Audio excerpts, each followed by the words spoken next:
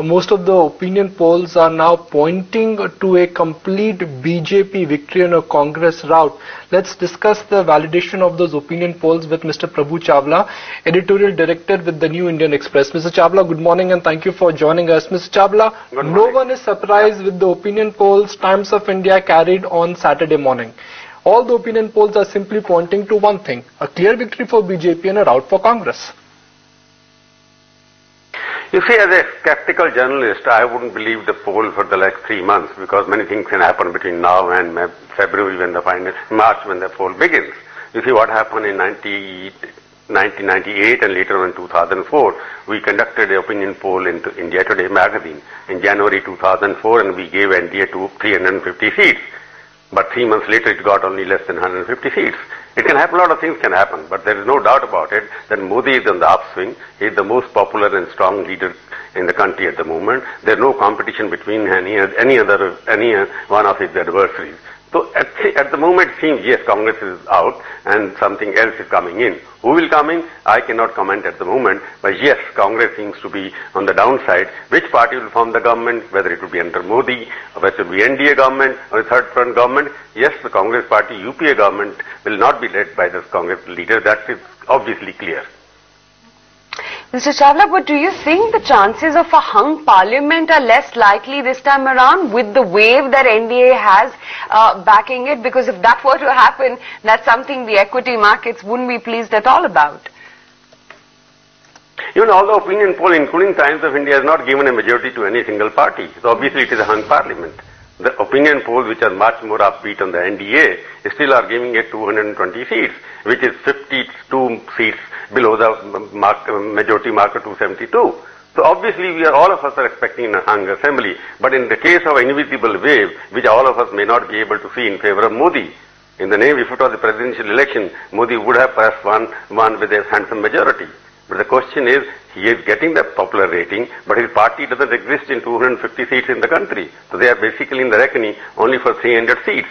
But yes, he is the most popular leader, he can carry the party with him, but the party has to provide so many candidates to win. So it is going to be a hung assembly.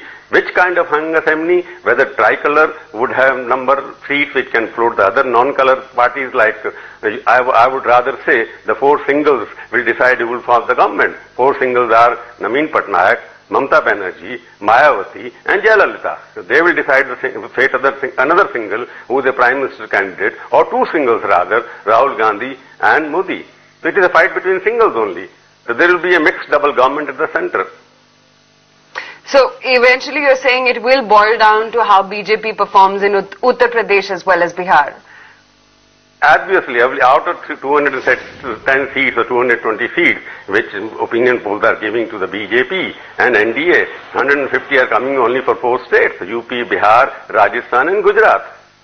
Almost 150 seats. If they don't perform in all the 4 states as well as we are predicting, then they will be obviously less than 170 seats. You must imagine when Vajpayee got 181 seats, they got 6 seats in Tamil Nadu, 4 seats in Andhra Pradesh, 4 in Assam. The distribution of the seats was widespread. In this opinion poll, the distribution of seats is concentrated below the Vindhyas. So obviously beyond the Vindhyas, they are not able to win many seats. But yes, if they score in North India, which it happened in 1977, when the Janata Party, undivided Janata Party, defeated in all the seats, the Congress Party are defeated, they got only just 2 seats. If that kind of situation develops, then obviously BJP will come home with many seats like what we are predicting. I think AAP could be the party pooper for BJP because the Delhi election perhaps is a clear indication that Congress loss is not BJP's victory, it was AAP's gain. You see, AAP is cutting into Congress votes. If you look at the fall in the Congress vote, they lost about 16-17% votes, and 14% of them have gone to the Congress party. BJP lost also 2% vote, less than 2% vote. AAP is basically gaining from the Congress votes. Yes, in Delhi it was a surprise for Modi itself, because Modi is seen as some kind of an icon for the middle class, with the youth, with the educated community, and Delhi, that is a symbol of what is happening in the country. The AAP could get much seats than they were expected. So I would say AAP would not be affected in the rest of the country except few urban areas in say Mumbai or Bangalore or somewhere else. But AAP will not be a significant factor in the rest of the country because their popularity is coming down at the moment. They are fighting among themselves. They have not been able to give clear government at the moment. But yet Kejriwal is one of the most popular leaders after Modi. So he can cash on his personality. But the question is, AAP is not going to affect the outcome of BJP seats anywhere in the country. They may influence the Congress seats. I think AAP will not have a good show in, let's say, UP or perhaps Haryana. I mean, these are two places where the connection or the connect with the sort of electorate is very strong for the moment. You see, Haryana is not Delhi. Delhi is a cosmopolitan city where people from all over the country are assembled. They are from Bihar, they are from Tamil Nadu, they are from Andhra. It is no more a Punjabi refugee Baniya city. Haryana is a caste-dominated state where most of the caste vote according to caste combinations. But anyway, it's sometimes if you look at the opinion polls, Haryana's popularity Congress is very down. So I could say that AAP may be able to enter as a factor there because Yogendra Yadav belongs to Haryana. But I don't see that he can conduct because he's a Kurmi. There are few Kurmis in certain districts of 2-3 districts, Mahendragarh and everywhere there are some Kurmis. They might vote for him. But the question, I don't think they will be able to dent into Jat votes or into Punjabi refugee votes because there is not much immigration. People coming from Bihar and other states which have been voting for AAP. In Haryana, yes, corruption may become an issue.